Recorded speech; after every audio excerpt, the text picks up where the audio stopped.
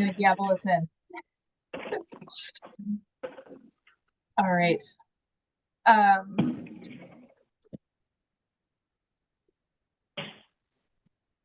Hello, everybody. Welcome to the Somerville Job Creation and Retention Trust meeting of April 9th, 2024. My name is Annika Van Eaton, and I am a managing trustee of the Job Creation and Retention Trust. And I call this meeting to order at 6:33 p.m. On March 29th, 2023, Governor Healy signed into law a supplemental budget bill which extends the temporary provisions pertaining to the open meeting law to March 31st, 2025. This extension allows public bodies to continue holding meetings remotely without a quorum of the public body physically present at the meeting location, and to provide adequate alternative access to remote meetings. This session will be recorded and will be a public record.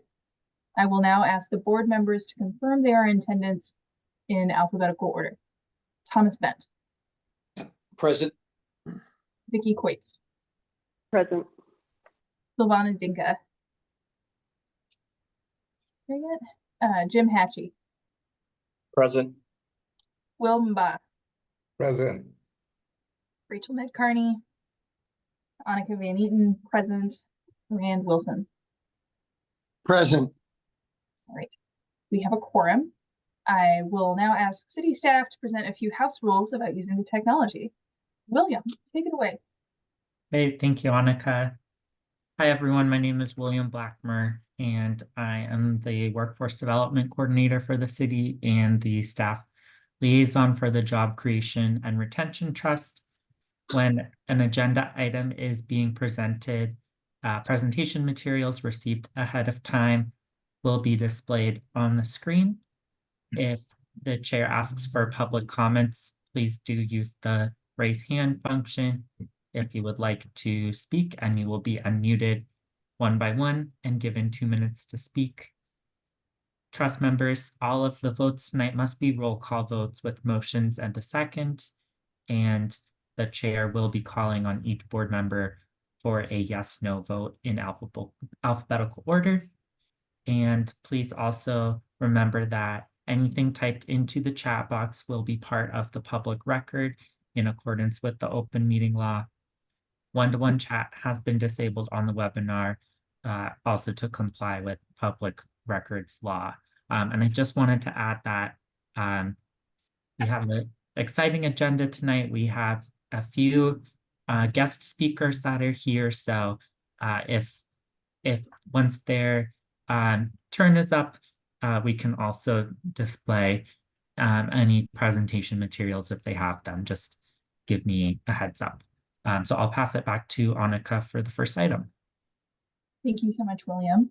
Our first agenda item today is the review and approval of the March 12th meeting minutes. In the prep email was a draft of the meeting minutes from our meeting on March 12th. Are there any edits or revisions to be made before approval? I don't have any content edits, but there was some really weird formatting edits that should probably just be cleaned up before they become finalized, or at least in the version that I had.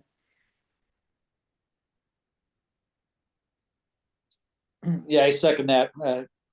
The formatting when it got emailed over is a little bit hard to read.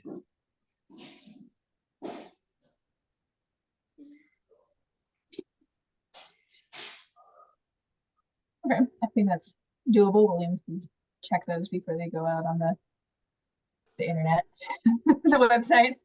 Yeah, I think what I can do is I'll PDF a version if it gets approved, and then that typically looks a little cleaner in an email attachment. Sounds good. Thank you. I'll do a motion to approve. Okay, motion to approve. Figure a second. Second. All righty. So all in favor of approving the March 12th minutes. I will now read everybody in order. Thomas Bennett. Yes. Vicky Quicks, Yes. Sylvana, Jim Hatchie, Yes. Wilma, Yes.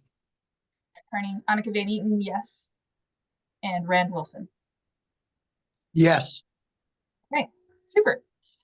We will now move on to our second agenda item, which is reviewing received and estimated linkage fees for 2024. William, I'll turn it over to you. Thanks, Annika. So this is a pretty quick item tonight. I'm just going to bring up my screen to show where the numbers stand.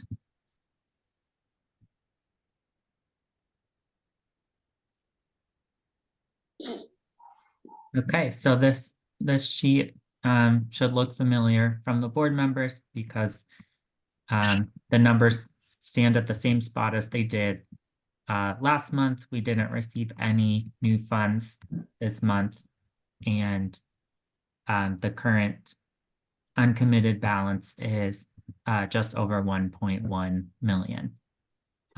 Again, we still have a good amount of funds projected to come in during this calendar year.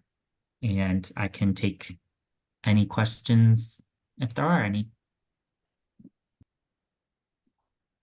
Tom, go ahead. William, just, are you seeing any, are you looking at forward to planning and zoning or the building department to see if any permits are being pulled for future development?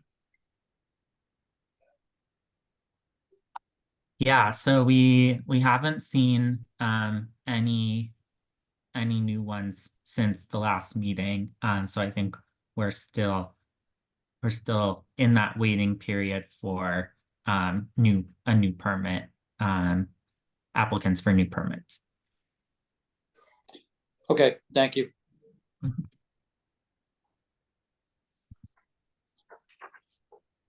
Any other questions? Rachel. Oh, go ahead, Kelsey. Yeah, I'm just curious to know if this new money, will be used to develop, like new programs, or it will use to enhance like the programs that APA is already funding when it's done. Is that a fair question for this at this moment? Yeah, so though just over 1.1 that is not committed yet is money that could go toward our 2024 priorities, and there is some overlap between the 2024 priorities and some of the ARPA programs that their funding is the ARPA funding is ending this year. So it's definitely a possibility, and we'll hear a little bit more about that later from in the agenda. Okay, thank you. Thank you, Annika. Just one other thing, trying to jump on Will's comment there. It ties in with a comment I made last month about my concern of, what we're not seeing coming into the pipeline. So I think we need to be careful about that, and especially funds that or programs that we want to continue into 2025. We make sure we're leaving enough to keep those funds going, because just in the reports that we saw from Scale and Bunker Hill, I think this common theme I saw there was that there's a real need to continuation of these programs, like, contextualize ESL or ESL just as a general. You're not going to learn it all in one session or one semester, so, and I did have a sit down with Tom Galligani last week, and I know he shares my concern about, the lack of new developments coming to Somerville right now. And we may see that for a while. So just something to keep in the back of our minds. Thank you. Thanks, Tom. I think it's a great transition of over to our, I'm hearing no further questions for William about our updates. Over to our next agenda item, where we are going to be joined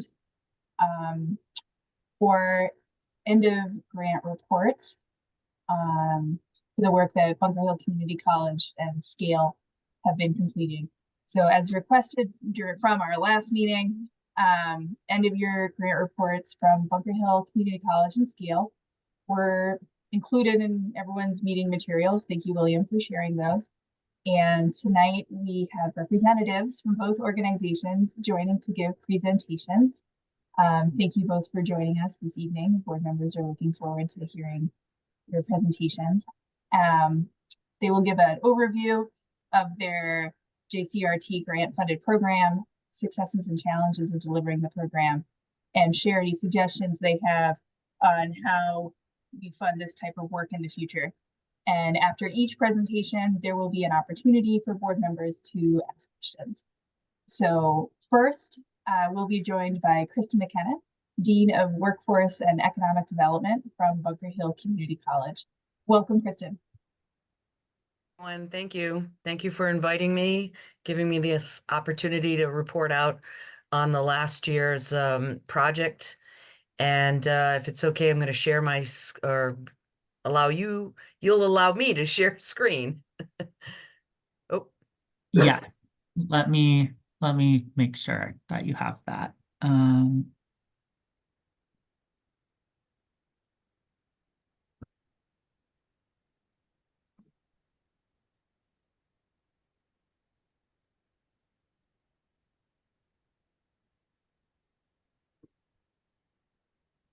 Kristen, can you check and see if it'll allow you to share your screen now? all right. Let me check that. Oh, there we go. All right. Perfect. All right. Let me start from the beginning here. So I'm just going to give a very brief overview. I know that you received the report some time ago and that it was included in the materials that were provided recently for this meeting. And I'm happy to answer any in-depth questions about any particular parts of the report or this presentation tonight. The first thing I wanted to do is acknowledge the fact that Bunker Hill has done this work with community partners, the Welcome Project, Cass and East Somerville Main Streets, who have supported our efforts, and we have worked together collaboratively to work with Somerville residents. The first part of this is an overview of this last year and then overall the project since we started working with the city on helping ESL learners. Our Somerville English Language Learner Program last year served 203 students with an 84% retention rate, with 150 students completed, and 35 of those that completed went on to other credentials such as vet tech, dental assisting, CompTIA A+. 8 students went on to the intensive English program and have completed that program. Some of this information is new for my report too, because I've received some post information.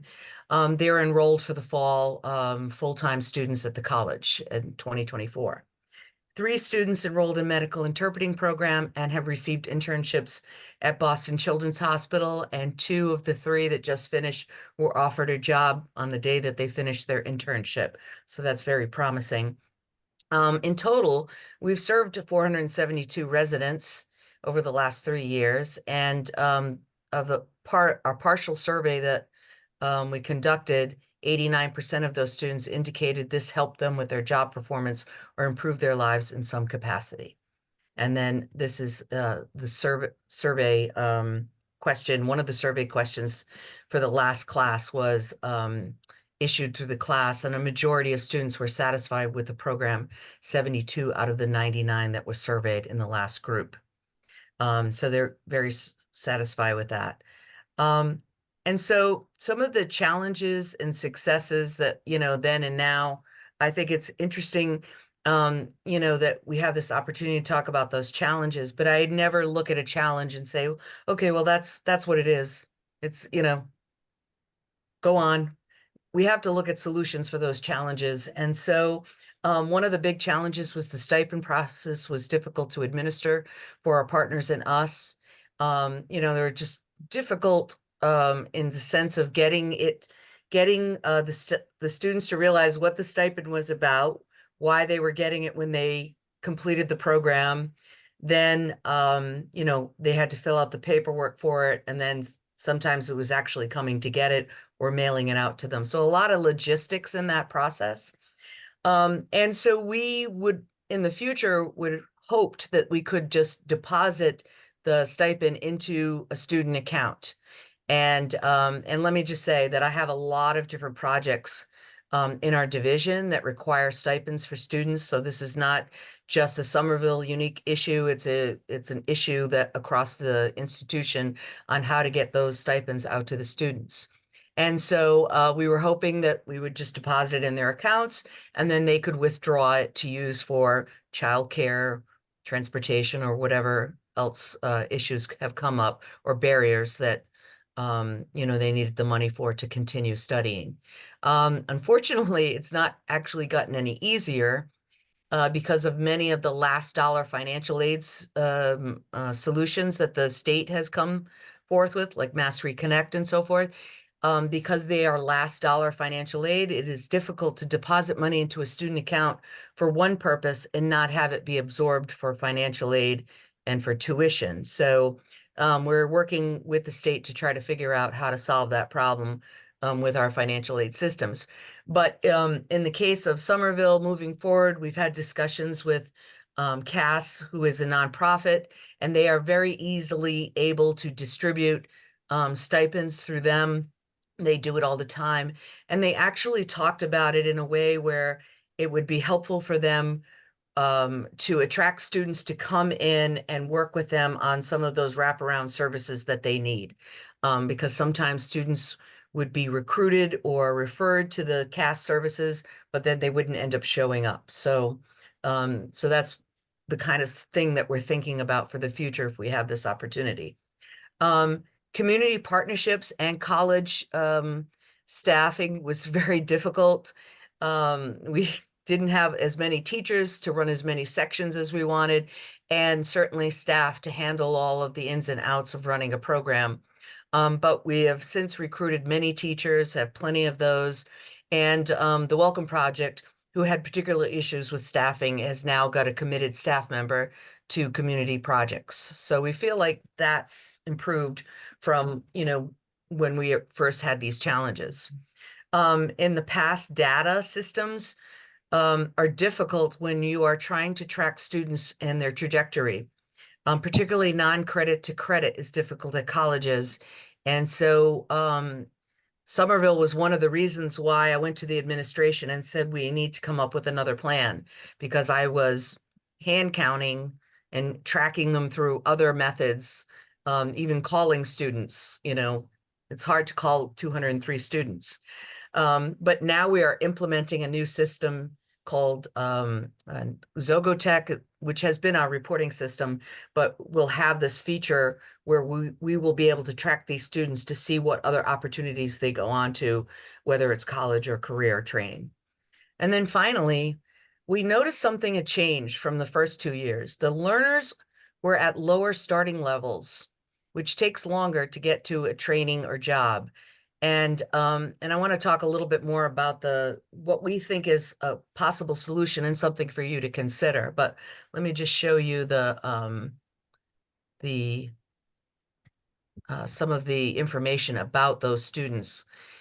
So in the first 2 years, 40 to 50% of the students came in at levels 2 and 3, which meant that they needed 1 or 2 more terms to complete all the levels. Then in year 3, 49% came in at level 1. And some were even lower than level 1 with speaking no English whatsoever. So that takes a lot longer. And I don't know what the shift in population was that, you know, is the reason for this, but it's just very obvious to us that the lower levels were coming in a greater number and asking for more services. And this little chart below here talks about, you know, how we consider the levels. And this is based on the Cambridge English let's see, it's called the Cambridge English Study System. These are some of the descriptions of what language learners are from 1 to 3. And novice usually has never studied English. High novice is limited English and never attended an English class. Intermediate low is, has limited English, but, still hasn't attended a class, maybe a little bit more than the last person. Sorry about that. And then, as they get more entrenched in the community, they start speaking a little bit more English. They need to write. And then sometimes we have students who took English in the other country, and they tend to rebound much faster into their language skills and so forth and so on. So using sort of our official systems of how we assess students and place them, we definitely saw that the students were lower. And this issue is not just Somerville students, but across the board in many of our English language learning programs. And one of the things that we've been in conversations with the state about is the fact that we still need to get people to work, even if their language skills are lower. And so we've been talking with them about contextualization for industry pathways. And that means that basically we're providing the English for the potential industry pathway that someone wants to go into. Healthcare being a good example, business is another one. And maybe by providing some of the contextualization along with the basic functional skill learning, we can help improve someone to move faster towards that job or to that career or the training program that they want to pursue. And so I actually have a meeting with the Department of Labor tomorrow to talk a little bit more about this idea and how maybe they might be able to fund some of these initiatives across the board and across the state. And so that's basically the presentation at this point, but I'm happy to take questions or review any of the slides if you like. Thank you, Kristen, for your time and for that presentation. I would welcome if there are board members who have questions.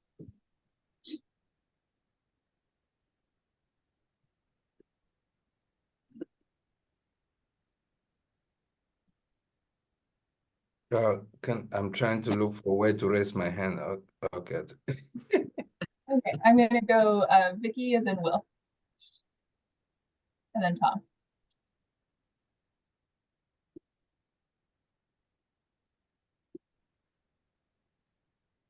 Vicky, you're on. Vicky, we can't hear you. Okay, can you hear me now? Yes, we can hear you now. Okay, great.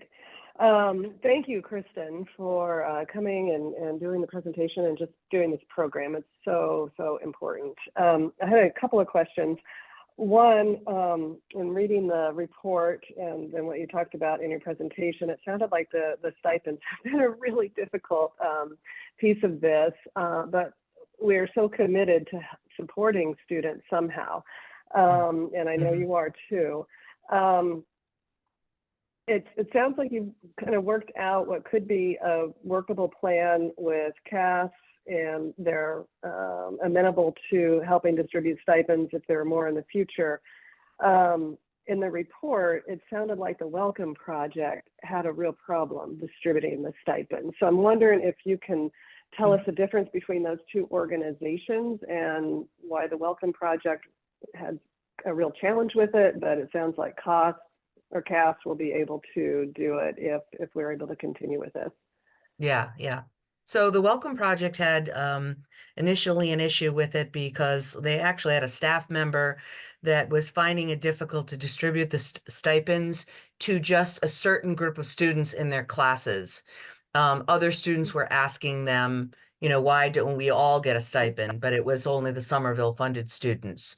And so, for one of our solutions for that was to keep our Somerville students in their own sections so that other students wouldn't feel like they were being left out of the stipends situation. So that's why, we did that. They didn't realize, oops. Hey, William, could you expand?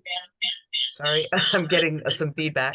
They didn't realize that they were you know, they could do that they could separate out their groups of students. And so now that they kind of realize that, I don't think that will be an issue. But what CAS is able to do is something that they do all the time. They have a system in place and a mechanism for distributing those stipends. And it was just something we simply overlooked in the past and then reached out to them to talk about it as things become more difficult. I'm also doing this with another nonprofit agency in the city of Boston, Project Hope. And I have a grant with the city of Boston, and with that project, Hope will distribute the stipends for us in that. So I think that's how community based agencies can really be helpful in this process. They don't have all the restrictions and bureaucracy that state and city agencies have. So. Great. Yeah, William, let's definitely capture that learning because that's really important for us as we move forward with stipends. Thank you. And then the second, it's not really a question, well, maybe a little bit. I totally understand the lower level English language learners that you're seeing. And I would endorse the contextualization for industry pathways in more than one industry as they're exploring different industries. Another thing to consider might be to contextualize English to career exploration itself. So as you are helping them understand English, you could put it in the context of career exploration in terms of researching careers, doing assessments of what their interests are, what their current skill levels are, what their experience is, doing research on different careers to see what they may be interested in. And an organization in Chicago called Women Employed actually has a curriculum for how to contextualize English language learning to career exploration. So that may be another option as you are trying to figure out how to contextualize for lower levels of English who don't yet have their career pathway selected. And I'd be happy to send that link to you.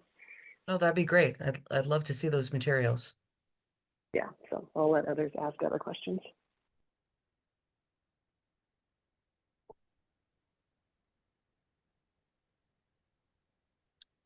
Will, you want to go and then Tom? Okay. Thank you, Annika. And thank you, Kristen. Good to see you. I haven't seen you in a few years. I don't know if you remember me. Yeah, no, thank you for all this. I'm looking at this. It's a very rewarding program. And just a few clarification questions. One thing I wanted to know, first of all, is this program, is it exclusively funded, by us, or do you have other grants from like the state and, other federal subsidies? Like, This program funded just the Somerville students, but we do have other funding sources for continued training.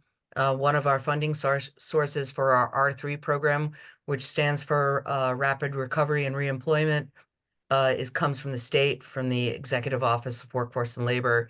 And we've been using those funds to help support students who want to go on to the career training programs that I mentioned, particularly the medical, interpreting, CNA, dental assisting, EKG, and phlebotomy are the big ones.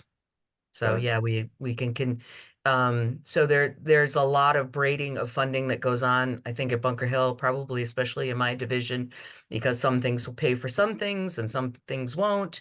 But what's really good about this is that other cities like Somerville and Boston and Chelsea have all contributed something towards the improvement in education of their residents, and a lot of that starts with the beginner levels of English language learning or even the GED and things like that. So thank you, Christine. And just as a follow-up, is it also open to some of the city employees, who might, want to grow, or is it just, or it is not, or it's limited?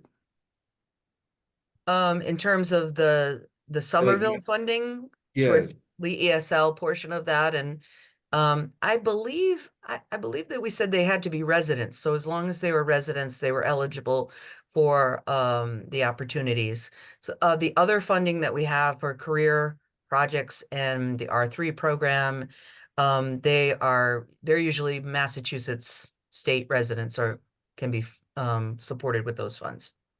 Mm. Or just want to say one thing too, if you became unemployed in Massachusetts but worked in another state, you may be eligible depending on your financial situation. Gotcha. Thank you. And just one last one.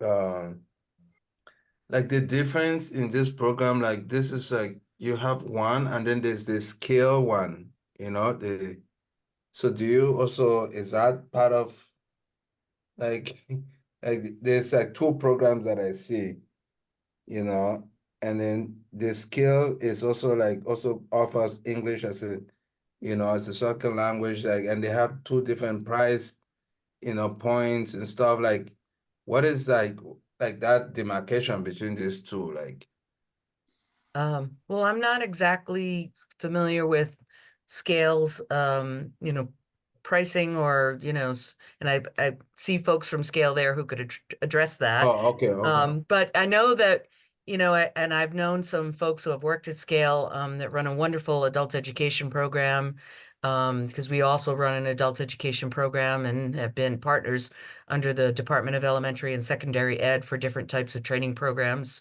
And we've worked together on those things when when it's available and when it's necessary. But I mean, it kind of depends on the depth and breadth of the program too, So, our programs are mostly evening programs, so people work, and therefore they're probably less expensive than some other programs. Whereas we do have full-time day programs that do require a lot more resources. And I don't know if Scale wants to speak to that. I think we'll be able to enjoy the full breadth of the presentation in a moment that I think will give a lot of helpful context. So Jocelyn, I'm gonna hold off and then you'll have the full floor in a moment. Thank you. Thank you, Kristen. You're welcome. Tom? Thanks, Annika.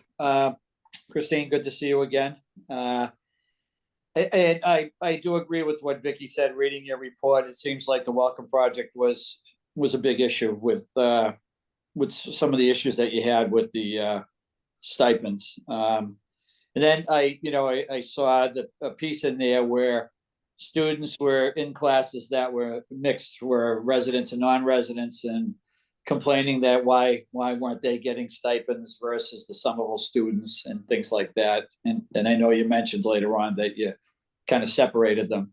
The other thing, if you do partner with CAS, I would assume CAS is going to need some funds to administrate that. Correct? So that would come out of whatever grant, I would think. Then the other piece that on one of your bullet points on your report, you have another challenge is that now 45 Somerville students have come to us this fall expecting a free class, and we have enrolled them without charging them for tuition and books, under the hope we would be able to apply for more funding.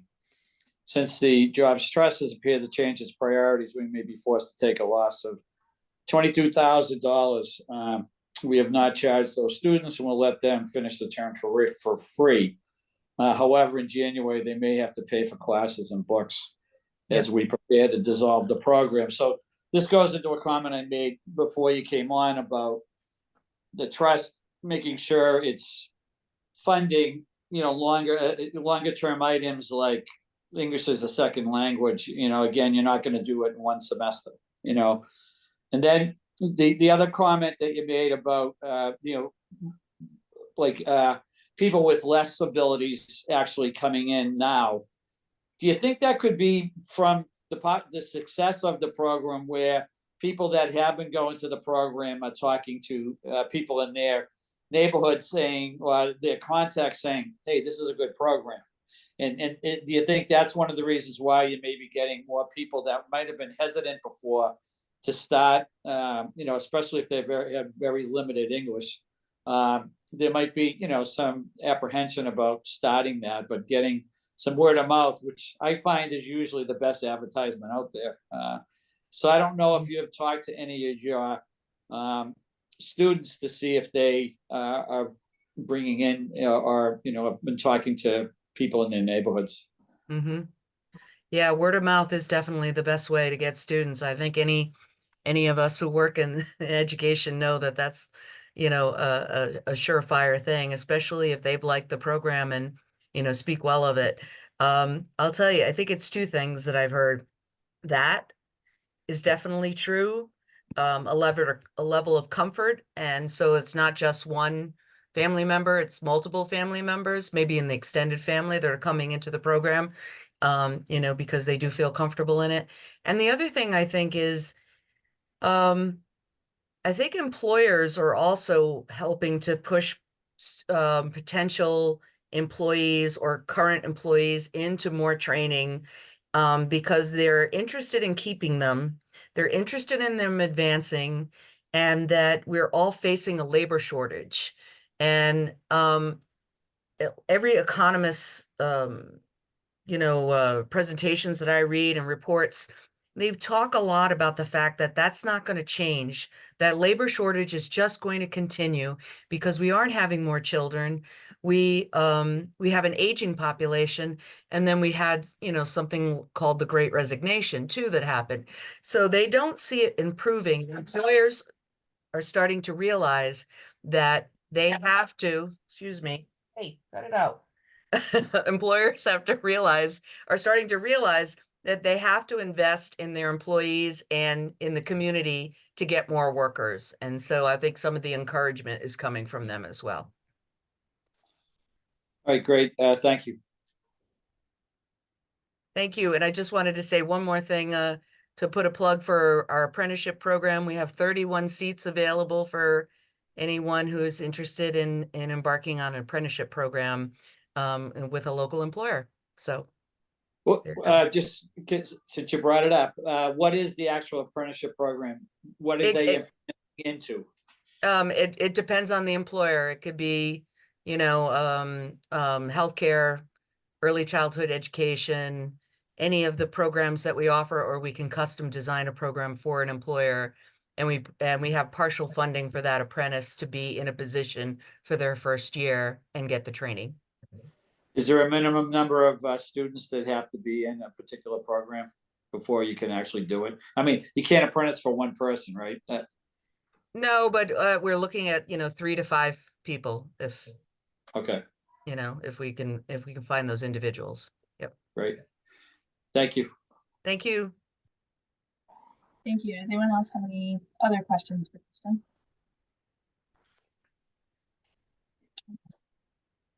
Thank you again, Kristen, for joining us, for your work on this program, and thanks to your colleagues at Bunker Hill and your partner organizations for all the work that they've done for the Somerville residents in the program. Really appreciate it. And I think William will be able to share that presentation with the board members afterwards, which has Kristen's contact info on it. I saw. Thank you. Thank you, Susie. And we will now hear from Jocelyn Mart, Director of Continuing Education at Scale, the Somerville Center for Adult Learning Experiences. Welcome, Jocelyn. Thank you for joining us this evening. Hi, good evening, JCRT board. Yes, my name is Jocelyn Marte, and I am the Director for Continuing Education at Scale. And can I share my screen? Yes, you should have permission. Okay.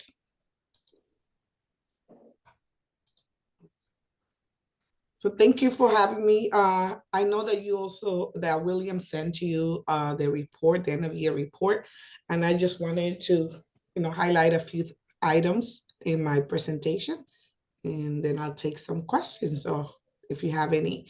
So Scale is our JCRT grant. A little bit of introduction about Scale. Scale is actually celebrating its 50th birthday this year. We were established in 1974. And initially we were part of the city of Somerville, a department within the city. And later on, we became part of the Somerville Public Schools. So that's kind of very interesting. And our mission is to empower adults 16 years and older by providing data-informed literacy instruction, challenging learning environment, guided support, and high expectations for student engagement. And our vision is to be able to expand our students' skills, knowledge, and habits of mind to ensure that they have academic and career success. And I wanted to provide a little bit of background of who our students are. Currently, we have students between the ages of 16 to 65 years old. They come from 40 different countries. We have recent arrivals to the US and also those born in the US. Multiple communities in Massachusetts, although once I became the director at the end of August, I have made it a priority that Somerville residents, get first dibs. So we enrolling them first. We have both females and males, and we have quite a wide range of educational background in our ELL, English Language Learners classes. Our staff, we have 11 full-time people, 18 part-time. Again, diverse background. I think that's one of my goals, is to really diversify our staff and experienced educators. Many of our staff are retired K-12 educators. Our funding sources come from mainly from DC, from the Department of Education, the Adult Community Learning Services Unit that oversees all adult basic education programs in the state, Somerville Public Schools, obviously you guys in the JCRT. We received some ARPA funds, and we recently got an award from Mass Higher Metro North to do a skill building ESOL for workers of Somerville small businesses. So, and these are classes. We have English language learner classes. Initially, when I started, we had 8 between 4 in the morning and 4 in the evening. I was able to increase it to 10. And one of those classes is an intensive class 5 days a week. And we added for the first time classes in the early afternoon from 1 to 3. And we were trying that out to see, if it worked, and we were able to get a lot of people interested in it. We also have the ABE classes that have levels 2 to 4 and advanced. Initially, we started with 6 classes, and then we added an advanced reading and writing class that we didn't have before. We also have ABE math, both in the morning and night. We also very unique in that we are one of 6 in the state that has an adult diploma program. So an adult diploma program is for people who are interested in actually getting a high school diploma as opposed to a high school equivalency. And it requires the students to pass all the 3 MCAS, and they also have to work with our ADP assessor to pass 5 different tasks. And at the end, they get a high school diploma from the Somerville High School. And this year, we started in January a para-educator training program. I know that when we met in November, I had mentioned this to the board, that this was a program that I created in my previous employment in Lawrence Public School and was very popular. It helped kind of diversify the educational field by bringing a lot of English language learner students to become para-educator or teacher's assistants in the district. So we started the program this year in January. We currently have 20 students in it. Most of them, I would say 18 of them are English language learners. 14 of them are Somerville residents. That was a priority that we made. And we also, as part of the JCRT grant this year, we added a Spanish high school equivalency program. We didn't have that before. And I have to tell you, it has proven to be very successful. We only did it at night, but we have over 30 students that are now enrolled. And we have a few of them that are close to getting their high school equivalency. The funding began through JCRT, but I continue it because we have so much demand for it. We also started digital literacy classes in January, financial literacy classes. We do that in collaboration with Somerville Community Corporation. Our test center was initially offering just one HiSET test. We are now approved to do the GED, and we also receive approval to do the Para-Pro test, which is the test that para-educators need to take to become certified. Okay. We also added a student leadership council. That was something that Scale didn't have before. We recruited students that were interested. They applied. They all decided what position they were running for. We had elections, and now we have established the Student Leadership Council that is doing great things here, and we're very excited about that. And then with the JCRT grant, in addition to serving students in both our ELL classes and our HiSec classes, we started some classes in the fall. We had a business accounting and bookkeeping class that prepares students to take the QuickBooks certification exam. We also did a patient experience class for people that are interested in the medical field, so they could have a kind of an idea what were some of the different careers that they could go there. We had an introduction to the IT landscape, again, to an introductory course for IT. We offer a college and career readiness class, one in the morning, one in the evening. And like I mentioned earlier, we did the Spanish high school equivalency, okay? These are some of the partnerships that we have established this year. We're working with SEC, with financial literacy and job readiness. We're referring some of our students who are looking for employment to SEC so they can help them.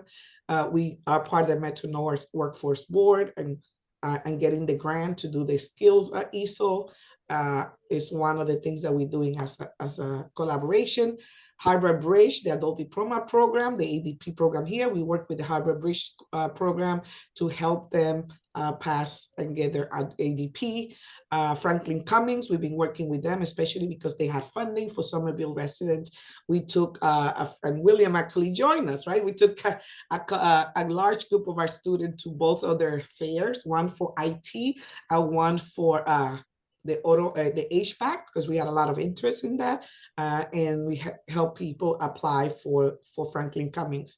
We also collaborated with Women's Money Matter to do financial literacy for women here, working with Middlesex with the transition to college program, making sure that our students, once they get their ADP diploma or their high school equivalency, they can connect to a transition to college program. I know, Kristen, we also work with Bunker Hill. We had them come in and do presentations, and we have a few of our students, graduates applying there. The application was due actually yesterday. We're helping them with applying for that. And then the city of Somerville with JCRT, the digital literacy group, and the workforce department. And then within Somerville Public Schools, establishing relationships with the GOALS program, which is the program for students that are arriving into Somerville that have interactive instruction in their language, in their where they come from. The Somerville Family Learning Collaborative, we are starting a family literacy ESOL program at the Healy School to work with the parents there to teach the parents English while their kids come in to get academic support. And once a month, both parents and children get together so they can work together on literacy activities. We are working with Nest Wave and Full Circle. We're getting a lot of referrals from the kids who are dropping out of there so they can come to our program directly and get their diploma. And then with Jim, who's here, right? We're working with the Center for Career and Technical Education, looking at and applying for funding to create career pathways for ELL learners. And the one that we're kind of focusing on right now is a CNA training that we are applying for funding for. Okay. So these are some of the things that we're looking forward to. The skills building ESOL class that we're starting later this month. We Mass High in Metro North. We're going to be offering 2 classes for ESOL classes for workers of small Somerville businesses. We're looking to get funding for the Certified Nursing Assistant program with the high school Center for Career and Technical Education. We received the approval. We went through that long process to get approval to offer GED testing and the Para-Pro exam at our center. And we're now working with the principals in the different schools at Somerville to help our para-educator students do internships. We get them some practice and that they can put on the resume. We created an introduction to entrepreneurship class that we are doing, and obviously collaborating with the principals around job placement for the graduates that we expect to have. And I know that I shared this in the end of year report, but we're very proud of a lot of the accomplishment that our students have done. In particular, JD, is a student that immigrated from Haiti literally last year, came to our program in September, enrolled in our high school equivalency program. At the time, he had no place to live. He was kind of staying with different people. He was unemployed. Eventually, he was able to get a shelter in a church. And the education and career advisor, we have 2 full-time education and career advisors here that work one-on-one with the students to ensure that they come to class, that they get the support they need to be able to achieve their goals of completing the program here and getting into jobs So we were able to help him get a job as a driver. He came to class very consistently, was able to pass all his tests within 4 months and graduated. He then got employment in a group home where he's working. He was working full time. And when we started the Paraeducator program, he was so excited about it that he asked us to write a letter for his employer because he was working the morning shift and he could not do that where the para program is during the day. So we gave him the letter. They changed his shift to the evening, so he was able to enroll. When he saw the Student Leadership Council and the possibilities there, he decided to run for president. He was very involved. He went around to all the classes talking about his platform, his purpose for running for president, what he was looking to do.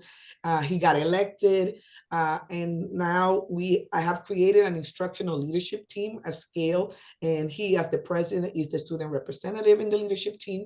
We also engaged with the Department of Education in a year-long anti-racism, diversity, equity, and inclusion training, and he joined us there, as well as the vice president of the Student Leadership Council. And he's very invested in creating meaningful changes for not just the current students, for the future students of scale.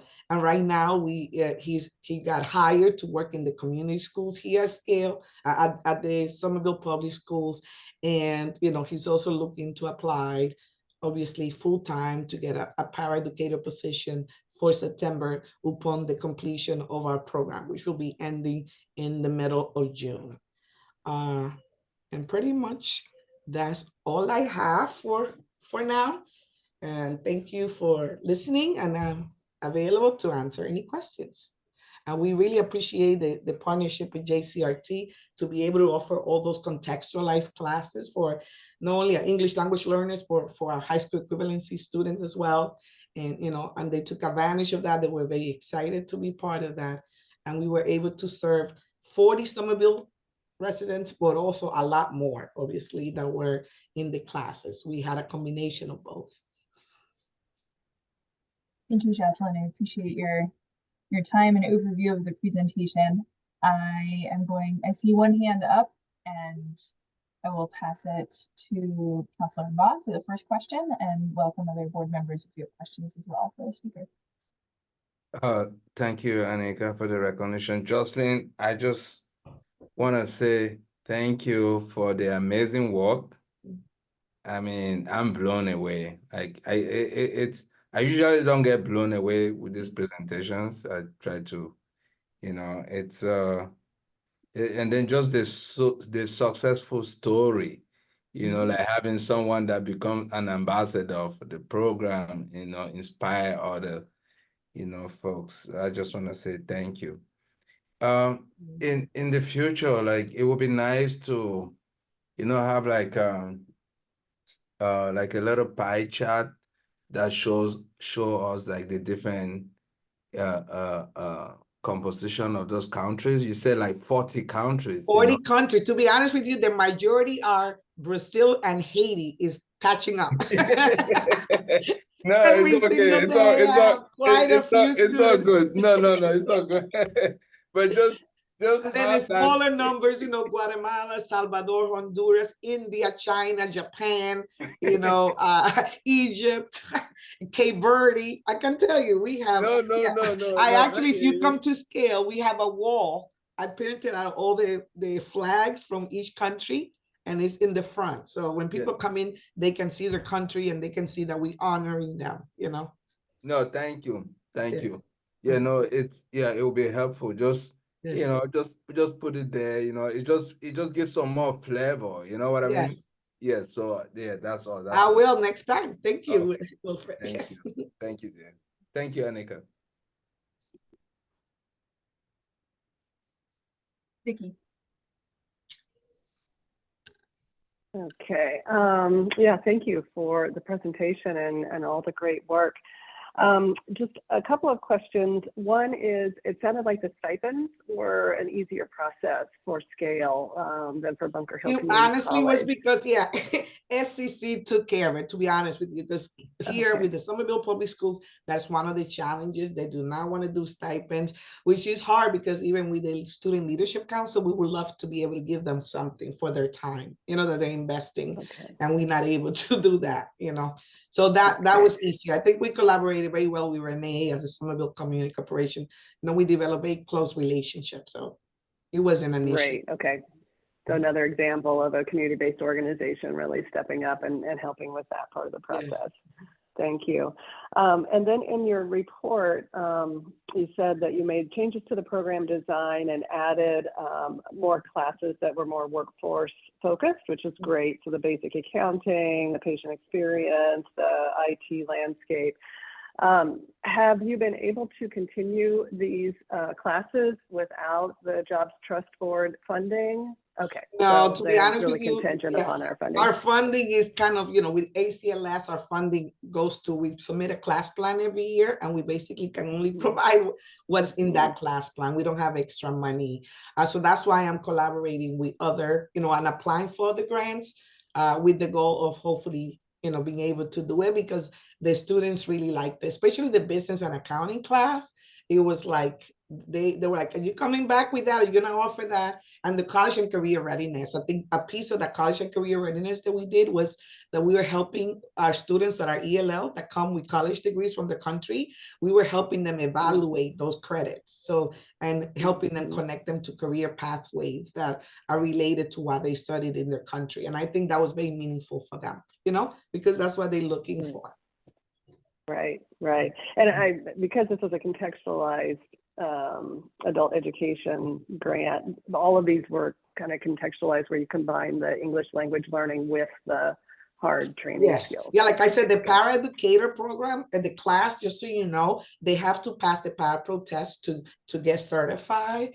And it's a reading, writing, and math. And I would say 90% of the students that we recruited for this first cohort are English language learners. Some of them started with us in ELL. So we're doing that ELL support while giving them the skills. And the test is written at an associate's degree level. So it's really quite that challenge to be able to do it within 2 semesters, Yeah. Great. Thank you. Appreciate it. You. Thanks, Vicki. Rachel?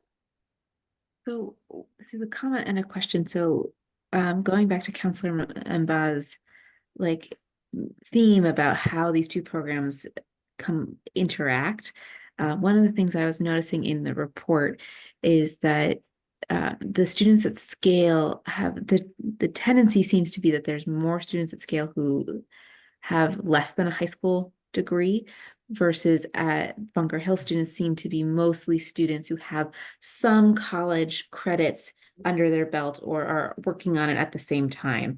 And Jocelyn, I'm assuming that is just related to the fact that you guys are offering that adult basic ed as part of your system. But I was just kind of wanted and to I have to tell you, Rachel, pick on that theme. Yes. We have also a lot of students that are entering a high school equivalency program that are recent immigrant, and they don't have their high school diploma from their area, like they don't have access to it. So a lot of the times too, they're enrolling in this because they want to have a better job and they don't have any evidence that they have a high school diploma. So, so we have a combination there.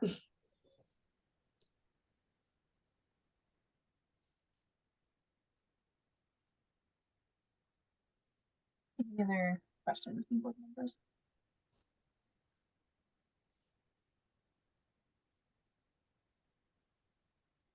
Does Tom have a question? Yep. Tom, I see your hand. Just it may be a question that I'm going to ask Jim Hatchie to jump in with too, because I work with Jim very closely with the CTE program. I'm the chair of the business advisory program. And I was wondering if you could talk about that. And one of the goals that I've had for a long time is to, maybe work with, the high school and Scale or whoever to, really have, we have a 300, almost a $300 million facility up there, right? With state of the art, 14 state of the art or 15 state of the art programs. And, we're not using them at night, so to kind of create an adult ed program that would piggyback onto the daytime CTE program. Guess what, Tom? That's my goal as well. That's why So since I started, I seen it. I come from the Lawrence Public Schools, and I saw it over there with the vocational school there, creating a lot of programming for adults at night. That it was awesome. So I think, and Jim agrees with that. Trying to help us. We recently had a meeting with the superintendent, and he likes the idea also. So, but we've been in fits and starts over the years, and COVID set us back. We were on the track to maybe make that happen. I know there's a lot of logistical issues with to make this happen, but I think people are finally committed to do that. And then hopefully the Jobs Trust Board will be able to help with that. And then just when you were talking about the paras, it made me think of something right away, where one of the things that we're having difficulty at the high school is getting, CTE teachers. And one of them might have the background and the hours and all that, but they don't have the certification. Right. And a lot of people, I think they're afraid of what that certification is, and I know Jim and his staff and in the school department has assisted people to get those certifications. But where, and being a para, I guess, is somewhat related to that. Again, Jim, you could probably tell me better.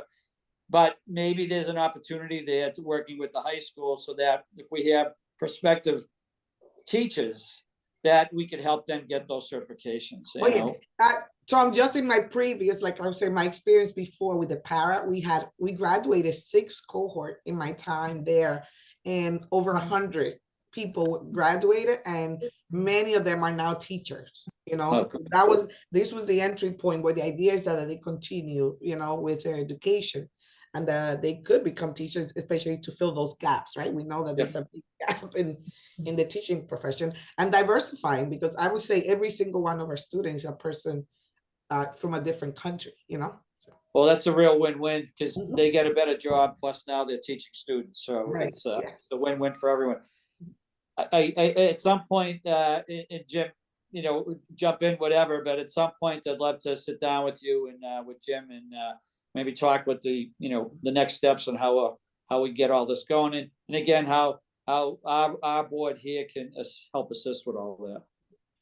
Thank you. Yeah, we have, if I could jump in, we have met with Jocelyn, and we are working on a grant together right now, and we wrote into a skills capital grant for our day program, health program, and we're waiting to hear. Fingers crossed, in the next couple of weeks, officially get hopefully some good news. And we did write that in to start a CNA program. We did get the green light on from the new superintendent, because that was one of the big obstacles in the past, was just make sure the superintendent feels good about opening the doors to the night program. So this superintendent, Dr. Carmona, he's supporting the idea, and so we are looking to do that, and then we'll expand on other programs. And my old district comes from, same thing as Jocelyn, a big night school program. So I 100% support it and support Jocelyn in that endeavor, and we'll be collaborating with grants. Great. Yes, Thanks, Jim. Thanks, Vicki. Tom's question reminded me of another one I had around the contextualized education.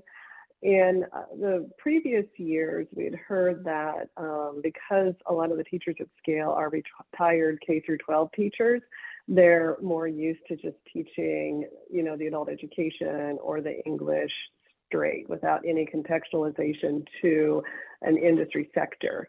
I'm wondering if something has changed in which your teachers have been more open to contextualizing adult education and English language to these more workforce-focused classes that you've adopted? What's changed there? To be honest with you, Vicky, it's a work in progress with the In progress, teaching. okay. But I was able to hire a couple of people that worked with me before that have the similar mindset in terms of what needs to happen. Like the paraeducator teacher, she was teaching that program in Lawrence with me, so she's here with me, and she has made a huge difference in how, because yes, and ACLS, our funders, they're looking at math steps, like creating a lot of more of those contextualized programs. So I tell them this is the way to go. This is what's going to help our student, what their needs are. It's about being student-centered. That's what I'm about. So, and so trying to shift that mindset. Okay, so still working on it. Yeah. Great. Well, you Well, like seem the like family you're literacy, the for woman who example, can do like it. at the elementary school, that's part of contextualizing and teaching parents ESOL, but also like helping them navigate the system, the school system and all of that. So, and that is the first one that I'm hoping to be able to do more in other schools as well. Great. Thank you. Appreciate it. Thank you. Thank you. Thank you so much, Jocelyn, for your presentation, for your time, for answering the board members' questions, and for all of the work that you're doing at scale for Somerville residents and all the attendees. Greatly appreciate it. Yeah, I do have to jump out, but thank you guys. All right. Thank you. All right, so our next agenda topic, we have a couple of updates and are joined for some more information from folks doing good work. We are going to talk about the 2024 investment priorities. William, could you put those on the stage here? So the board's top priority, as you remember, we vote on these priorities last year. We solicit feedback from the public in our annual public forum, and then officially vote on that this is our priority list that'll guide our grant making during the year. So thank you. Our top priority for 2024 is contextualized ESOL and adult basic education. We heard from Bunker Hill Community College and Scale, and with that information in mind and sort of the feedback on how the programs have been going, that will inform our discussion at the May meeting, where we're going to be talking about our grant making strategy for this year. Our second priority is related to the development of a workers' rights curriculum, and I'm going to hand it over to William for an update on that front. Thanks, Annika. Yeah, so this is touching on the second priority. So just to recap on that, last month during this meeting and after the meeting, we collected feedback from the board on the draft job description for the worker empowerment specialist city position. And Rachel has brought this feedback back to HR. We're looking to keep the trust involved, so we'll keep you informed on updates with the position and its eventual posting, so then we can again figure out how that new staff will where there might be overlap and collaboration between that new staff role and this priority of the trust. The third 2024 priority for the trust is the funding of a year 13 program to support Somerville High School graduates. So tonight, we're joined by two of my colleagues. We have Regina Carey and Chadi Salamoon, who are post-secondary coaches for the city's economic development division. They're going to be presenting on the ARPA-funded post-secondary success program that's been running for about a year now. And so I will turn the floor over to them. Hi, everyone. Thank you for having us here today. My name is Chadi Salamoon. I'm Regina Carey. Thanks for having us. All right, I'm going to share my screen and we're going to get started here. Welcome, Shadi and Regina. Thank you. All right, so as William mentioned, we are the City of Somerville's post-secondary success coaches. We've been on board for about a year, kind of kicking off this pilot program, the post-secondary success program. So tonight we'll kind of just give you a bit of an overview of what we've spent the last year doing, kind of who we serve in the program and how we serve them, why this particular group of students and Somerville graduates are important to serve. What the barriers we've kind of addressed with our cohort have been, the outcomes of the program thus far, and then kind of just share some participant stories and testimonials that really highlight the work that we've done so far. So we'd like to start off by telling you a little about who we're serving and how we're serving them. So this program is something that folks on the school and city side have been advocating for and wanting in Somerville for many years, especially school counselors and college and career counselors who really stress the program's importance and have really been pushing it for quite some time now. It was really thanks to ARPA funding that the Economic Development Department on the city side was able to get the program off the ground this year. The Post-Secondary Success Program focuses on providing support to low-income, first-generation Somerville public school graduates after they graduate from high school. And what we do is we offer support through one-on-one coaching and case management, resource referrals, and partnerships with school staff, higher educational institutions, and community partners. What's really unique about our program in comparison to programs like it in nearby cities like Cambridge and Boston is that participants in our program define their own success. We're not limiting participation to graduates who are on the college track only. So our program really is open to low-income students, regardless of their post-secondary pathway. In our first cohort that launched in the spring of 2023, we had 29 participants enroll in the program. And just last month in March, we began onboarding our second cohort of participants, and we plan to enroll an additional 36 participants into the program, which already exceeds our program goal of 50 by 15 students. And we're going to look at capacity again in May and see if we can onboard even more students. The chart you're looking at on the right shows the number of hours of direct one-on-one services that Regina and I provided to our cohort 1 participants at various timeframes. So these numbers are here to provide you with a sense of the kind of direct and intensive support that students are receiving in the program. And do keep in mind that these hours don't actually account for the back-end case management work that Regina and I are doing outside of our one-on-one meetings with students, like researching opportunities and also finding solutions to the many barriers that we're going to talk about in the coming slides.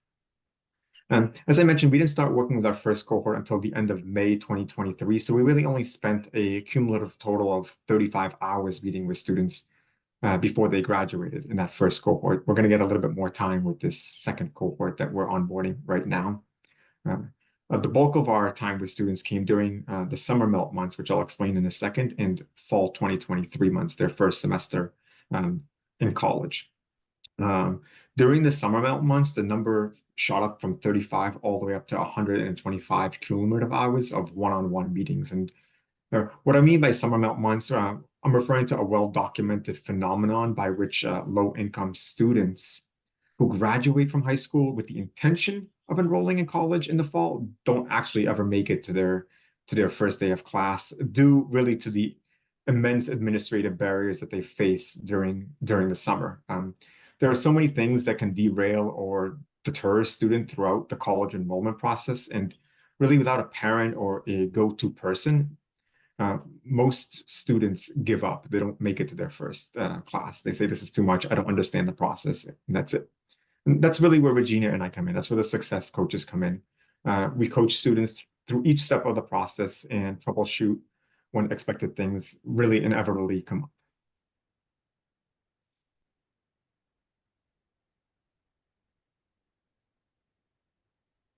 So why is it so important to kind of serve this demographic of young people? a little bit about what Chadi just said is because they're facing barriers and challenges to their post-secondary success, whatever that may be, education or employment, that at so many different intersections that a lot of their higher income peers aren't facing, just at a much higher rate than their higher income peers.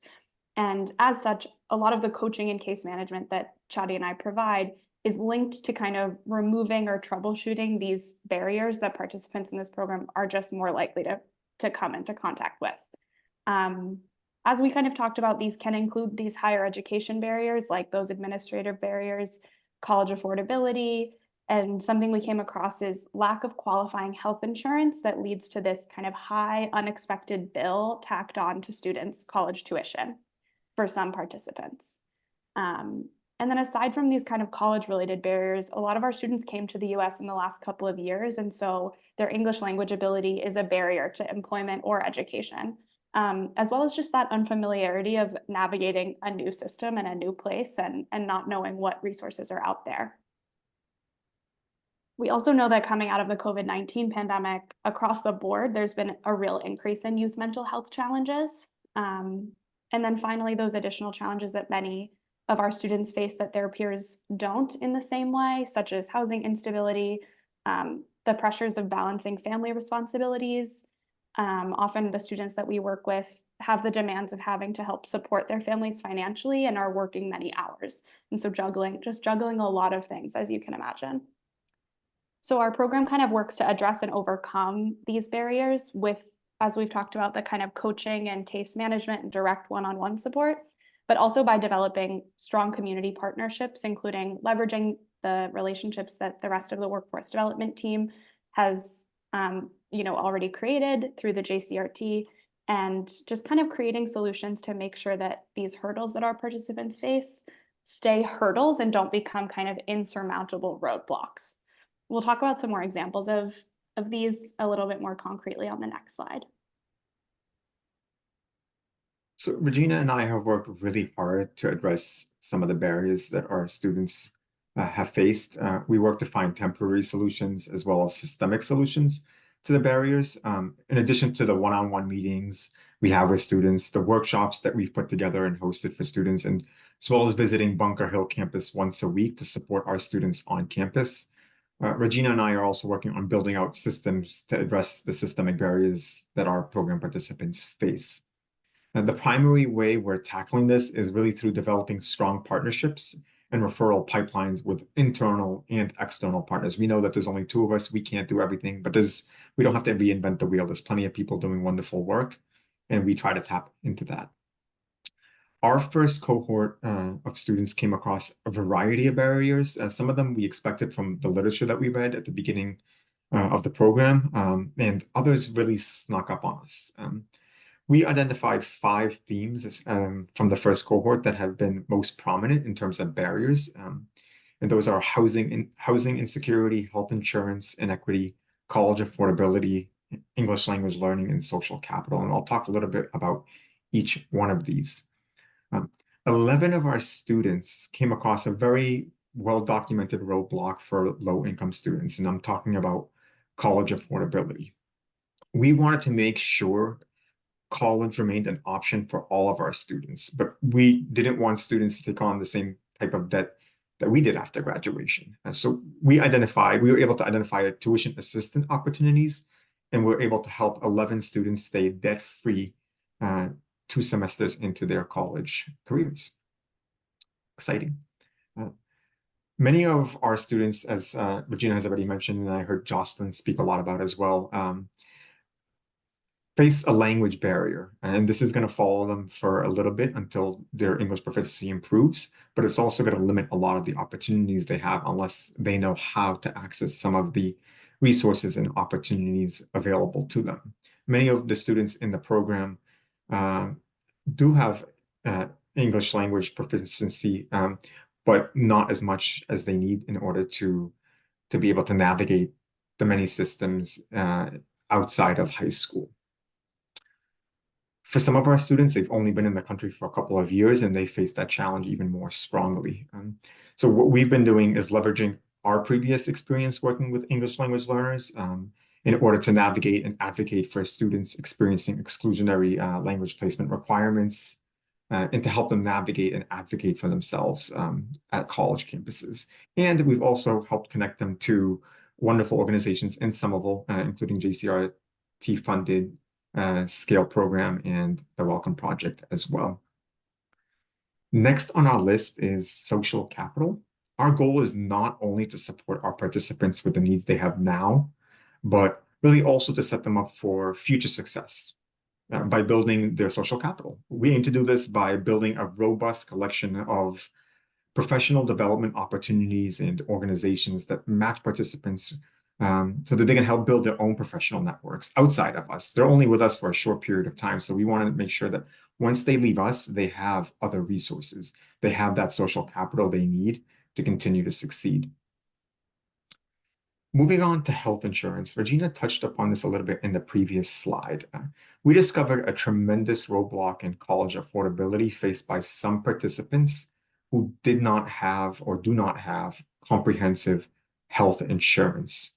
So any student taking 9 or more credits at a college level must have comprehensive health insurance, or they need to pay for university healthcare. And that costs at Bunker Hill $3,500 and even more at other schools. What Regina and I were able to do was successfully identify 2 organizations through which participants can legally obtain comprehensive health insurance, even though they were previously told that they don't qualify for comprehensive health insurance. And what's been great is we've been able to share this information with the school system, with other departments in the city and community partners, including Bunker Hill Community College, so that they can help support their own residents and as well as their own caseloads. Finally, we worked really hard to connect and leverage the strong internal structures, networks, and resources we have right here in the city of Somerville, including the Office of Housing Stability, a department, honestly, that's really been a tremendous partner in serving our participants facing housing insecurity or homelessness. We had 3 students just in the first cohort that came across that, and they've been really instrumental in supporting us and also in connecting us with external organizations who really focus on youth experiencing housing instability.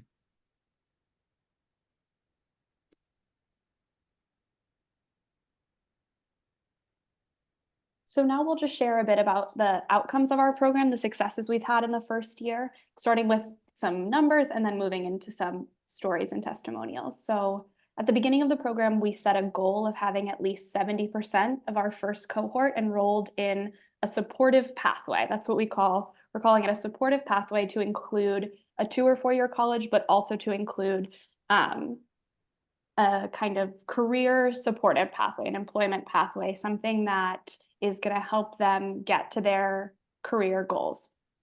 And that could include a job training program, ESOL classes, or career coaching services. So as of now, we've been able to enroll all 100% of our participants in our first cohort, either in higher education or in a supportive employment pathway. 86% of those, that 100%, have enrolled in a 2 or 4 year college. And just as a point of reference, we know from DESE data that the Somerville High School class of 2022, out of the class of 2022, only 42% of low-income graduates planned to attend college or university upon graduation, and only 20% of English learner graduates planned to attend college or university after graduating. So that 82 or that 86%, we feel pretty proud of, given that data from just a few years ago. And of the 4 participants who didn't enroll in college, each have been enrolled in a kind of career supportive pathway. Those include ESOL classes at Scale and the Welcome Project. The Cambridge Health Alliance offered a Health Careers Fellowship this year that we were able to enroll a few students into. And we've also referred a number of students to the SEC First Source Job Coaching Program as well. I have 2 students who are also looking into a medical interpreter program through CHA as well. So these are just a few examples of the kind of referrals and connections that participants are able to receive through their participation in the program, with the help of coaches kind of making them aware of these opportunities and helping them make those connections and go through that enrollment process. I want to also just highlight on with this graph, though it says sort of it makes this distinction between the 4 and the 25, I want to really make it clear that of those 25 students who are enrolled in a 2 or 4 year college, the majority of them are also working. So it doesn't really, the graph doesn't really capture the fact that in addition to our students who are enrolled in 2 or 4 year colleges, we're also doing that career development and that workforce development work with them as well. We really want them to be building their careers and, you know, stepping up, building their careers while they're also enrolled in 2 or 4 year programs. So I just kind of wanted to highlight, I didn't want folks to think that it was just this black and white separation, because most of them are really all in the workforce pathway. And one other thing to note about this data is that the 86% of students who are enrolled in a 2 or 4 year college also captures the fact that there were a few students who decided not to enroll in the fall semester, but ended up doing so in the spring. And I think that just really underscores the importance and value of the flexibility of our program, that we're really able to meet students where they're at. We're not overly focused on college attainment. It allows us to just be adaptable to students' needs and desires really as they develop, because things, you know, as we've really talked about, things really come up in our students' lives that are unpredictable. And so being able to have that adaptability is really key. Thank you, Regina. This now brings us to the fun part. So past all the data that we just gave you are real humans that we've been helping and supporting. And we just wanted to share a little bit of their stories with you. And okay, so we're going to start off with this one. Threw me off a little bit there, but that's okay. This is one of my favorite stories that has come out of the program so far. I was working with a student, or I am working with a student that originally was going to go to Mass Bay to study auto mechanic. He works at a Ford dealership in Saugus, and we went through the application process for Mass Bay, and we're looking at other colleges as well. But through a random conversation that I walked into at Somerville High School, I learned that Mass Bay does not offer the Ford technical training program, and doesn't necessarily make a lot of sense for the particular student that I'm working with who works at a Ford dealership to go to Mass Bay, and that there were other opportunities available. I didn't really know a lot about which opportunities were available to him. So it really depended on me getting on the phone and calling random people, emailing random people until I got answers. I actually reached out to the Ford dealership where my student works, and I talked directly to my student's boss. And he informed me that Manchester Community College in New Hampshire offers a Ford training program, and that this will be really ideal for the student to go there for a couple of factors. Since my student planned to stay at the Ford dealership and work on cars at the Ford dealership, if he's able to go to Manchester Community College and get his degree in a Ford training program, he's going to shave 4 years off of his education or his required training. That's because if you were to graduate from a non-Ford training program, you'd still have 4 more years of training that you would have to do at the Ford dealership. But this would save him 4 years. It would also accelerate his pay by 4 years. So rather than having to wait until he's finished all the training program at the Ford dealership, as soon as he graduates from Manchester Community College, he's gonna be at the same level pay that he would have been 6 years later. And that was really, really nice. Regina mentioned in the previous slide that our college students are also working students. And that's very true. Most of them, I would actually argue, are working students first and college students second. They work 40 hours and then they sneak in whatever class time they can, because most of them are supporting their families. There was a really, really great opportunity last year to support 3 of our students who were in the health track at Bunker Hill Community College. At some point, Regina and I came across a fellowship that was being offered by Cambridge Health Alliance for our students, or any student rather, that was studying to be in the health track. We were able to connect these 3 students and get them a fellowship at Cambridge Health Alliance, working at hospitals alongside nurses and doctors just at the beginning of their second semester in college. One student was so excited, she said to me, "I can't believe I'm 20 years old and I'm already working in a hospital." And side story, I was in one of those hospitals for an appointment recently, and my student was there. So that was really nice. And lastly, we just wanted to give you an opportunity. We aren't going to read these for you, but we wanted to give you an opportunity to read some of the feedback we received from a survey that Regina and I put out to students at the end of their first semester.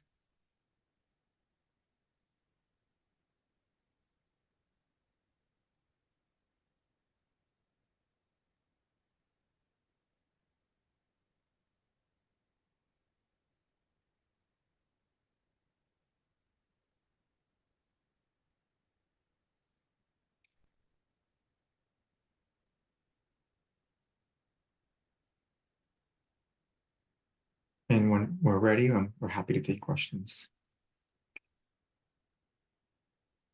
Thank you to all.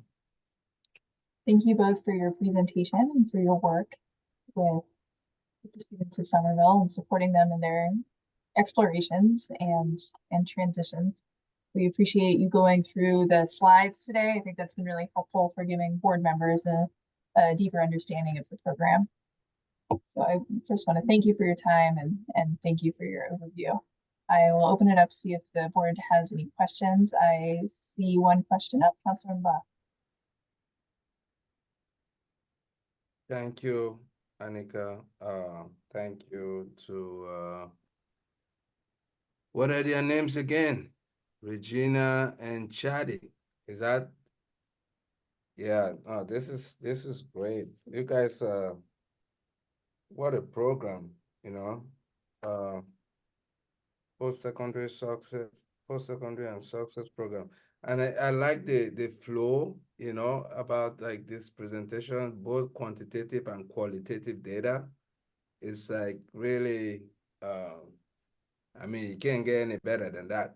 So, thank you. Thank you. The question I have is like, because since this is such a very robust and rich program, and do you think that, you know, there will be need for 2 additional coaches now that you're gonna, you know, like when it comes summer and there's like increase in like demand, like, because this is like, I mean, you can tell like this is gonna be, you know, like this one of those sought after programs. And so I just want to understand, like, if the demand from students is high during the summer and fall, you know, the calendar year, you know, 2024, like, just so we can start to anticipate, like, is that accurate, or what do you think? Yeah, That's it. Go ahead, Regina. okay, I can jump in with, I'm kind of thinking about 2 different parts to answering this question. The first is that I think the demand definitely is really high. We often have to rein. The way the referral process works right now is that we have our college and career counselors at Somerville High refer students to the program. So they've been working with the students for the length of their senior year and really know these students well, know what their needs are. And we often have to rein them in and tell them, we're only 2 people, like we can only take so many students. But B, they're also referring their kind of highest needs students to us. They could refer many, many more, but we are only 2 people, so they're just referring their highest needs students to us. The second part of my answer to this question is that Chadi and I have developed a kind of tiered system of engagement that we're kind of thinking through for students. So some of our students really just need help getting through that summer period, through those like summer melt months when there's a lot of paperwork and like a lot of problems are coming up that are really unexpected. But once they get on campus in the fall, especially if they're going to a 4-year campus college, we're able to kind of connect them with resources on that campus and kind of like be a little bit more hands off. They can still text us if they have, you know, an emergency come up, but they have resources there on campus. So that frees Chadi and I up to have a little bit more space to focus on the students who are here in Somerville, looking for jobs at Bunker Hill, that kind of thing. So following this kind of tiered model, we're hoping to kind of alleviate some pressure and have more capacity for students. But ultimately, yes, I think there is a tremendous need for this kind of support for students kind of graduating from the high school. Does that answer your question, Counselor Mba? Yeah, absolutely, absolutely. Thank you, Regina. Appreciate it. Regina. Rachel, do you have something to add on to that? And I'll turn it to Tom. Yeah, if it's all right. One of the things that we've, just to build on what Regina was just saying, is counselors, that we are really in a pilot phase with this. And so the idea was that we would use ARPA funding, establish the pilot, see how it goes, see where the demand is, think about what it's going to be like, really build out the program. And so that's also part of why the cohort size can't expand entirely, is that we also need Chadi and Regina's time going to thinking about the structure of the program, and how are we going to make this a success, that we can build on in years later. And so what we are sort of really aiming for is, like, we need some a few more years under our belts to really understand, how many students in a cohort make sense versus the number of coaches, and then, like, as it becomes more robust. And I often think about this in the context of, it took us several years to really build out the Office of Housing Stability, and this is that job stability layer, right? And so this is that earliest pilot phase. Yeah, thank you, Rachel. Yeah, you really, yeah, thank you for, enhancing that. It's it helps me understand, like, the frame, what with which we are operating with. Thank you. Thanks, Tom, and then Jim. Thanks, Annika. Actually, Rachel, I think partially answered one of my questions. Was right now it's ARPA funded as a pilot, right? So going on, we know ARPA is only for a year, so, and that year's coming down, and so I think for us, we would have to take a look at what the budget would be, and because obviously whether the city's going to pick this up, because one of the issues that I'm sure Rachel's going to be dealing with, on the citywide basis, you have a lot of ARPA funded programs that are 1-year deals, and they're probably all doing great work, and how much money will be available, and then ultimately if the Jobs Trust can help fund this program, because this has always been a high priority for us. So that's just kind of going down the pike a little bit on that. But the other question I had for Regina was going to the outcomes slide. One of the things I was surprised with, the number of students that are being directed to college. It's not my experience that we're seeing up at Somerville High School right now that has almost 59% of the students that are enrolled at Somerville High School are in the CTE program now.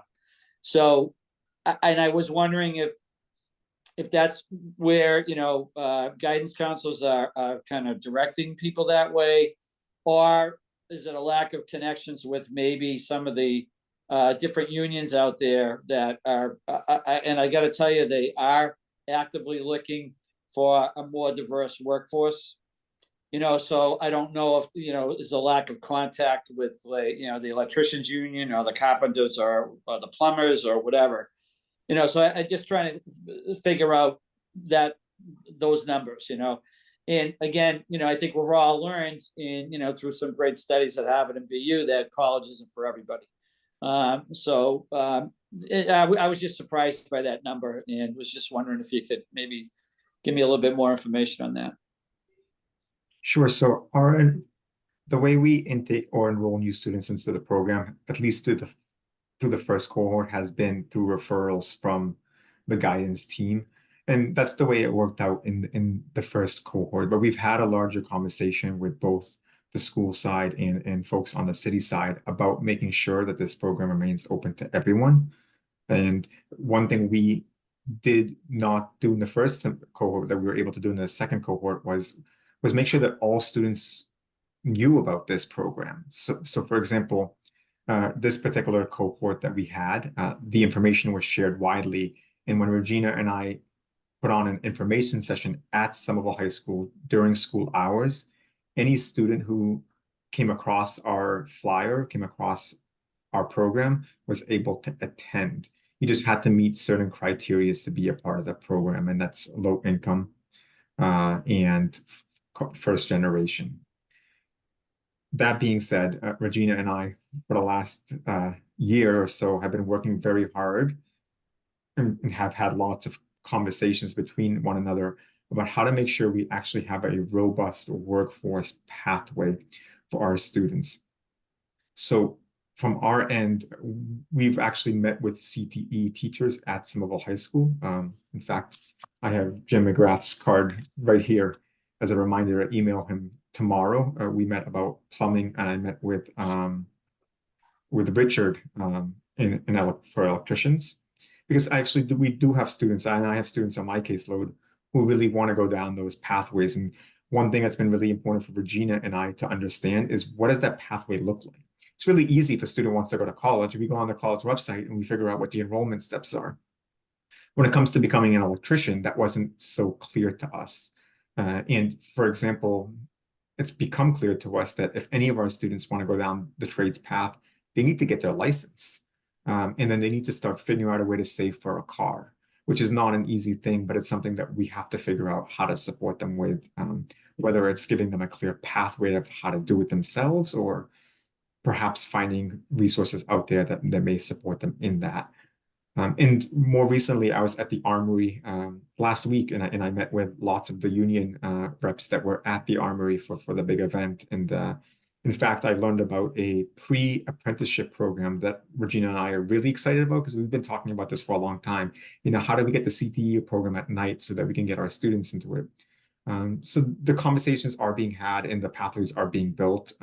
We're not fully there yet. We're going to keep having those conversations, and we're definitely open to taking as many students who aren't college bound as we can. Thank you. Welcome. Thanks. Jim, I'll turn it to you for the last question. Okay, thanks. So yeah, pretty much you answered the question, but I just want to applaud both of you for your hard work. It's really, and I know everybody on here really does realize how important this work is. And you know, I applaud both of you for your hard work and dedication to our students coming out of the high school. And whatever we can do to support you through CTE, and yeah, we do have the professionals in our building that can help you with those pathways. So absolutely lean on me, lean on my staff, and we can set anything up for you and help you understand how to get through those pathways. So Thank great you. job. Thank you. Just a note on that, one thing that we're seeing as we explore those pathways through the high school is the challenge that the code book is going to be for some of our non-English speaking students. You know, of course, through time, their English proficiency will improve, but in the short term, is there a possibility to make some of these classes ELL accessible? And I know that's beyond Somerville High School. That's a state level conversation, but it'd be worth exploring at some point, I think. Absolutely. Yeah, it just is I just had to do my 15-hour code upgrade. You have to do it every so many years. And one thing that was brought up is the National Electrical Code is designed at a graduate student level. So it's a difficult book for me, who's been dealing with it for 50 years. But any assistance, like Jim, Jim knows, if I can help on my end, we have connections with certainly like the Electricians Union and others through the CTE, but through my own company. I'd be glad to try to help you and work with you any way we can. But great job what you're doing.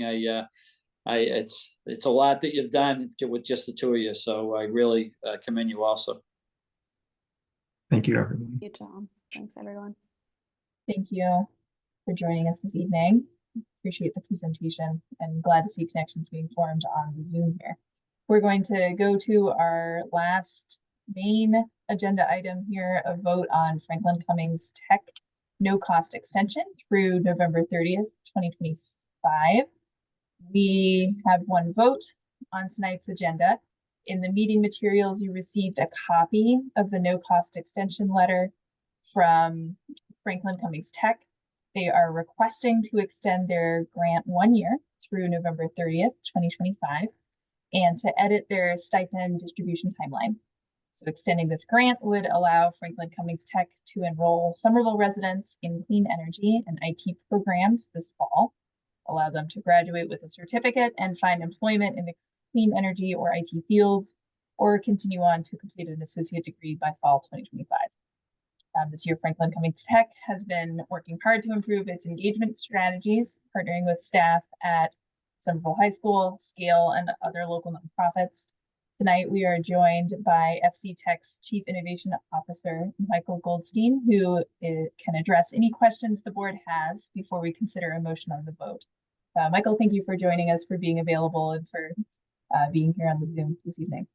Not a problem. Thanks for letting me join. So I'll see if any board members have any questions for Michael or any topics of discussion about this.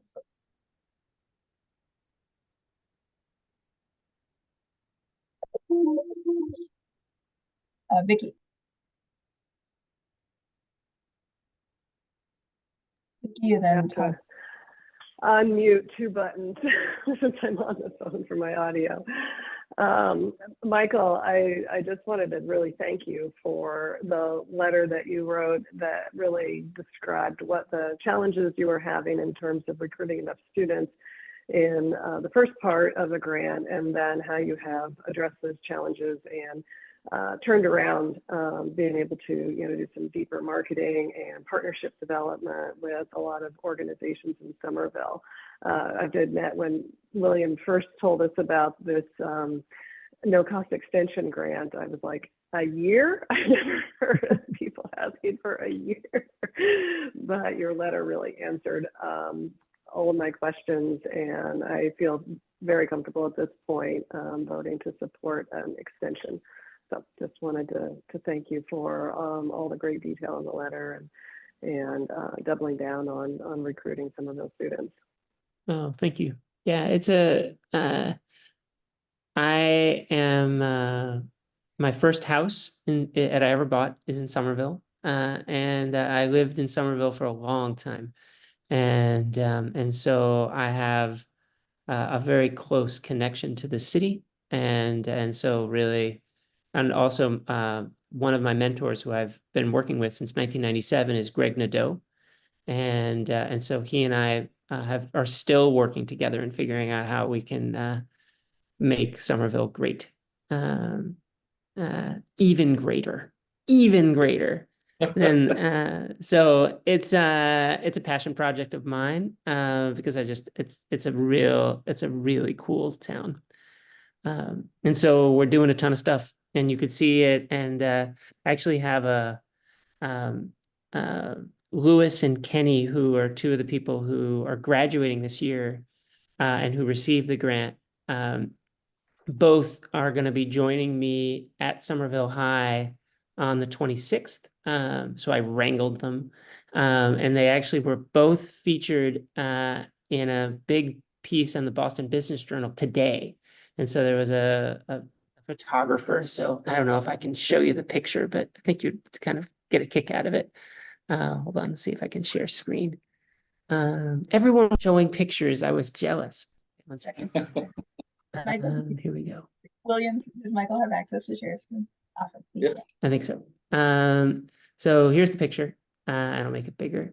You can see the camera. It was basically a photo shoot, and they were pretending to look at all of these architectural drawings. And that's Lewis right here, and that's Kenny right here. And both of them are Somerville High grads. So really excited for them that they're going to get their moment.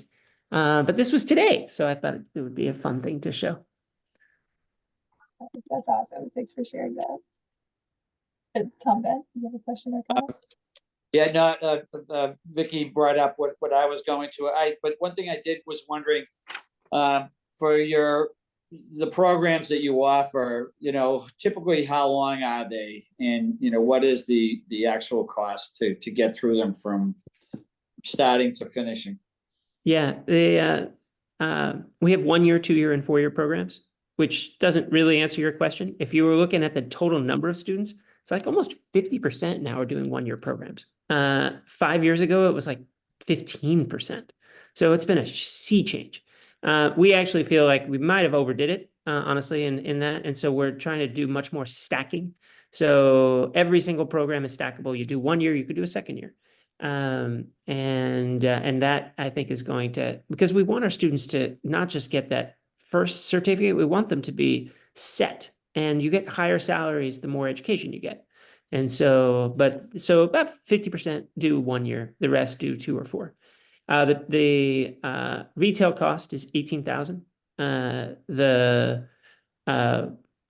We have a deep commitment to providing equity and fairness, and so we spent almost $5.2 million on extra scholarships. So a typical student, and this is not including this particular grant, receives quite a bit of funding. And so for a Somerville resident, we feel like this is extraordinarily competitive. And they would enjoy the 55% graduation rates and the 85% placement rates and all of those advantages. And honestly, the big aha was talking to William and realizing that we were just doing it backwards. We were maximizing $10,000 and telling students who were looking at they didn't qualify for Pell and were looking at an $18,000 cost. And we were saying, I'm sorry, the most we can do is 10. It's not true. We just misread it. And so we're going to get it right. And some don't need a full 10, some need 15. And we're going to be different based on what the need is. And that's going to help, especially in Somerville. Yeah, great. Thank you. That answered my question. And again, great program here. So thanks a lot. I appreciate it.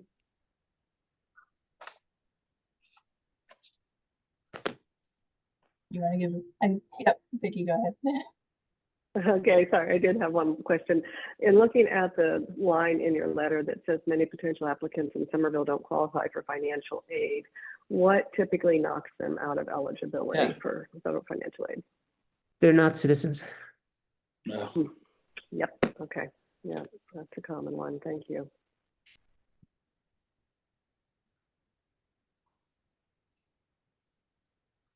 Any other questions for Michael? Thank you so much for joining us, Michael, for sharing the additional context and giving that picture as well. And for answering Happy to do it. And honestly, the fact that I got to hear what Regina and Chad are doing, that we should be working together. So that's going to happen as a result of this call. Awesome. Thrilled to hear it. I would entertain a motion for a vote from a board member. I will make that motion to vote to approve the additional funding.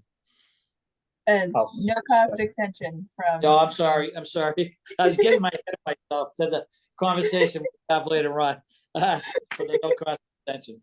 All right. Thank you. I'll second that.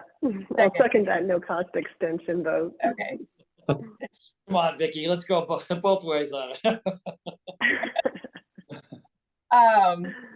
Just good. Everyone needs to know what they're voting on. All right, we have a motion on the floor to approve a no cost extension for Franklin Cummings Tech through November 30th, 2025. I will do the roll call. Sorry, Annika, can I just make a quick amendment? Oh yeah. What's up? Just in light of the letter. So this is an update to the agenda just to have the text be for no cost extension, then also for adjusting the schedule for the stipend distribution. So if there's any questions about that, Michael or I can talk about that, but I'd like that to be reflected. Thanks, William. So Tom, your motion is that we are voting on a no cost extension through November 30th, 2025, and to edit the stipend distribution timeline. Yes. Great. All in favor, Tom Bent. Yes. Vicki Coitz. Yes. Silvana Dinka. Jim Hatchie. Yes. Wilmba. Yes, please. Rachel Knapp Carney. Yes. Annika Van Eaton, yes. Rand Wilson. Yes. Oh, yes. Okay. Measure passes. Thank you, everybody. And with that, we are coming towards the end of our meeting where we have a check-in on the date of our next meeting. William, could you cover the scheduling challenge? And Yes. Michael, it was so great to meet you. Thank you so much. Thank for you joining all. us. Bye-bye. And Jim, good to see you. Bye-bye. Thank you, Michael. Yeah, so the sixth item on our agenda is related to the date for our next meeting. I got a couple of notes that there is a CTE event at the high school that Tom and Jim will be participating in on May 14th. So I wanted to see how many board members would be available if we were able to move the meeting up 1 week. So checking on availability for May 7th at 6:30 for our next meeting. So I don't know if you want to raise your hands or if Annika wants to do it alongside a motion to adjourn or whatever might work. But just wanted to see if we might get more people if we're moving it to that date. Who's available the 7th? Unfortunately, I'll be on vacation the 7th. Yeah, I'll be available on the 7th. The following week, I'll be in San Francisco. Sorry, Will, did you say you are available on the 7th Yeah. or are not? Yeah, no, I am. You are? Yeah, the 7th is preferred for me. Okay. And then Rand, Vicky, and Jim can all join. Rachel? Yes. Tom is no. And I think I'm pretty sure I can join. Yeah, it sounds like we will maybe have higher participation on the 7th. So I'll send that out. And if I'm seeing quorum challenges, I might reach out to the group, but that's what we will go with. And I'll pass it back to you, Annika. Thank you. Alrighty. So our next meeting, we're gonna have a bigger conversation about a lot of what we've learned today. Are there any additional items not reasonably anticipated by the chair for this evening?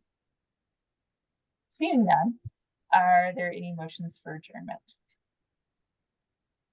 I'll make that motion for adjournment. For adjournment, great, good Okay. clarification. Second, all right, all in favor, Tom Bett, Yes. Vicky Coitz, Yes. Jim, Yes. Will, Yes, please. Rachel, Yes. Annika. Yes, and Rand. I get a little stuck when I'm calling on myself and then Rand. All right. Thank you, everybody, for the robust, thorough meeting tonight. I feel like we learned a lot. Have a good rest of your evenings. Yeah, thank you all for your time. Take care. Thanks. Thanks, Will. So yeah, have a good month, everyone.